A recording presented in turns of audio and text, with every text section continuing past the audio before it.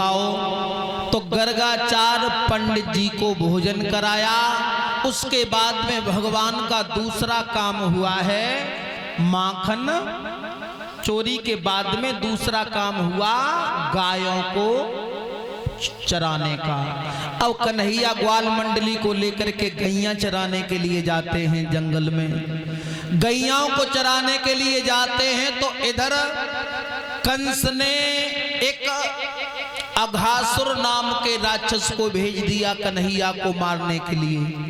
और अघासुर ने क्या किया माता बहनों, एक विशाल अजगर का रूप बनाया और जा रास्ता पे कन्हैया गैया लेके आ रहे बाई रास्ता पे लेट गया। और जैसे ही रेंदा पैदा छदामी मनसुखा गैया लेके चले और बाई समय पे रेंदा ने कही और कन्हैया देख इतनी धूप पड़ती, हम तुम सब धूप में परेशान है जाते, कहूँ पानी बस लिखत तो। और जहाँ कोई व्यवस्था नहीं थी देख रात में कहूँ ने कमरा कितो बढ़िया बनाए के तैयार कर दो है। और रेंदा पैदा छदामी मनसुखा जैसी अजगर के मुंह में घुसे, अजगर की बड़ा लंबी लंबी डाढ़े रहे। जवाब दो रेंदा ने कन्हैया जामे तो तेरी किस्म खुटी लगी है, पे कपड़ा उतार के टांग दे करेंगे भैया आया जल्दी। कन्हैया बोले पागल जहां तेल है काऊ ने कमरा न बना के तैयार कर दो, कोई राक्षस आ गया। रेंदा ने एक बात ना सुनी। जवाब दो जब भीतर घुस गई तो देख इतना ठंडो लगत है, इतना ठंडो लगत तो एक समझ मालूम पड़ रही है एसी फिट है। मेरे भगवत श्रोताओं जब ज्यादा कही तो यहां तक के भैया बलराम भी उसी अजगर के मुंह में प्रवेश कर गए थे। और अब वो अजगर सोच रहा है कि जी असली मुखिया बाहर है भाई, और असली मुखिया और मेरे पेट में आ जाए सोई में अपने मुंह को बंद कर लो। लेकिन जब कन्हैया भीतर नहीं गए भगवत श्रोताओं तो अब देखो रेंदा भगवान कन्हैया से कड़ुए कड़ुए शब्द कह रहा है। क्या बोला? कन्हैया मैंने तुम्हें मुखिया बना करके रखा, मैं गायों को चराता था, तुम्हें मेड़ पे बिठा देता था, लेकिन आज मैंने एक छोटी सी बात कही और भैया तुमने हमारी बात नहीं मानी। और हमें ये मालूम पड़ रहा है तुमने हमारी बात क्यों नहीं मानी। सुनो। और क्या बोला वो रेंदा? अरे रेंदा बोला मोहन से और मैंने जाने कन्हैया पाई है।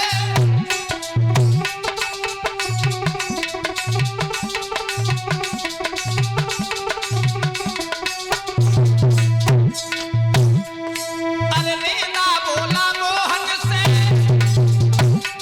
मैंने जाने कन्हैया पाई है। और ऊंचे घर में तू जन्मा और वो पे गरीबी आई है।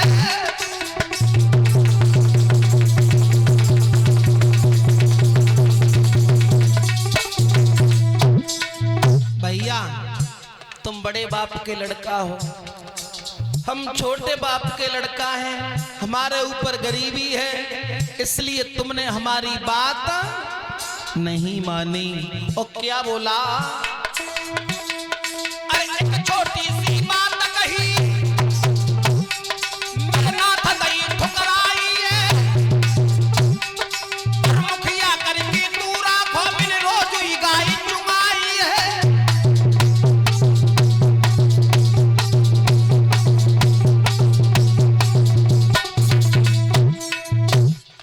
भैया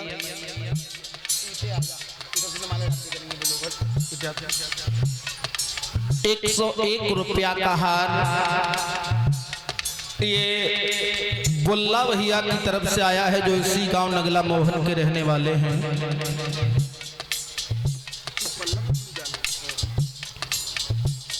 भगवान से कामना करेंगे प्रभु ऐसे भक्तों के हाथ इसी प्रकार दान की तरफ अग्रसित होते रहें। कन्हैया बोले मैंने तुझे, कन्हैया से रेंदा बोला मैंने तुझे रोजाना मुखिया बना करके रखा, लेकिन तूने मेरी एक भी बात नहीं मानी। यही कारण है भैया तुम तो बड़े बाप के लड़का हो ना। उसी समय कन्हैया बोले ओरे रेंदा मैंने ऐसी बात कभी नहीं सोची कि मैं बड़े बाप का लड़का हूं तो छोटे बाप का लड़का है।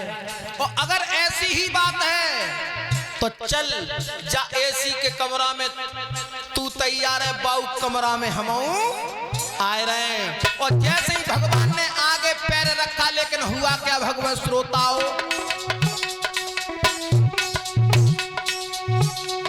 अरे सोच समझ के मोहन ने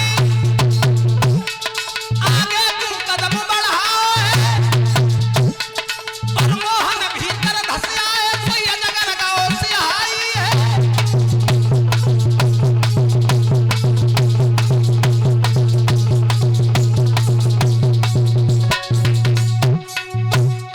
अरे मोहन भीतर घुस आए, सही जगह लगाओ सिहाई है, और नाकन मुंह को बंद करो, सोई घोड़ा भिड़िया छाई है।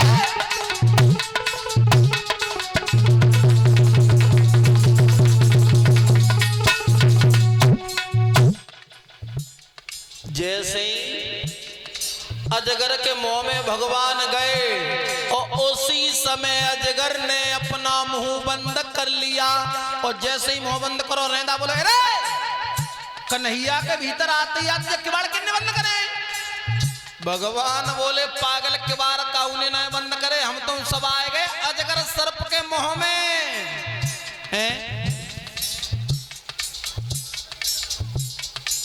अजगर के मुंह में बोले हाँ, अजगर के मुंह में। और जैसे ही सब ग्वालन की श्वास घुटने लगी, और तब रेंदा कह रहा कन्हैया आज कैसी बचा लो, आज के बाद में हम अपन कबहू नहीं चलाएंगे। और जैसे ही भगवान ने देखी कि अब तो ये सब ग्वाला मरी जाएंगे, उसी समय भगवान ने कौन सा काम किया? अरे होने लगे बड़े पटवारी, और अजगर कर गई खां बनियारी।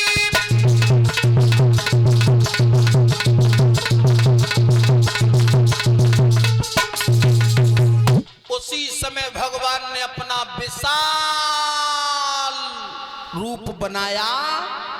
भगवत श्रोताओं, अजगर बीच में से फट गया है। लाओ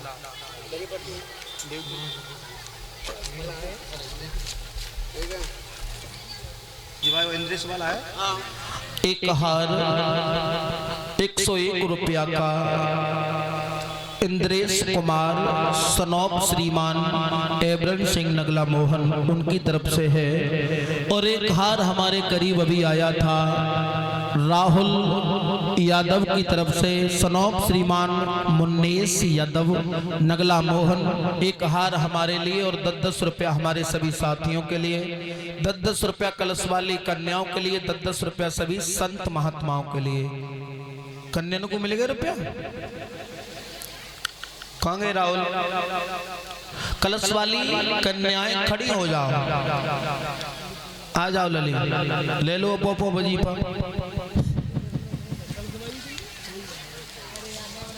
मेरे भगवत श्रोताओं, कहने का मतलब है इधर भोजराज कंस जिस जिस राक्षस को भेजता है, लेकिन कोई जाकर के ये तक नहीं बता पाता कि कन्हैया गोरा है या काला है। धीरे धीरे धीरे धीरे समय व्यतीत होता चला गया, और जब समय व्यतीत होता चला गया और भोजराज कंस को चिंता बढ़ने लगी।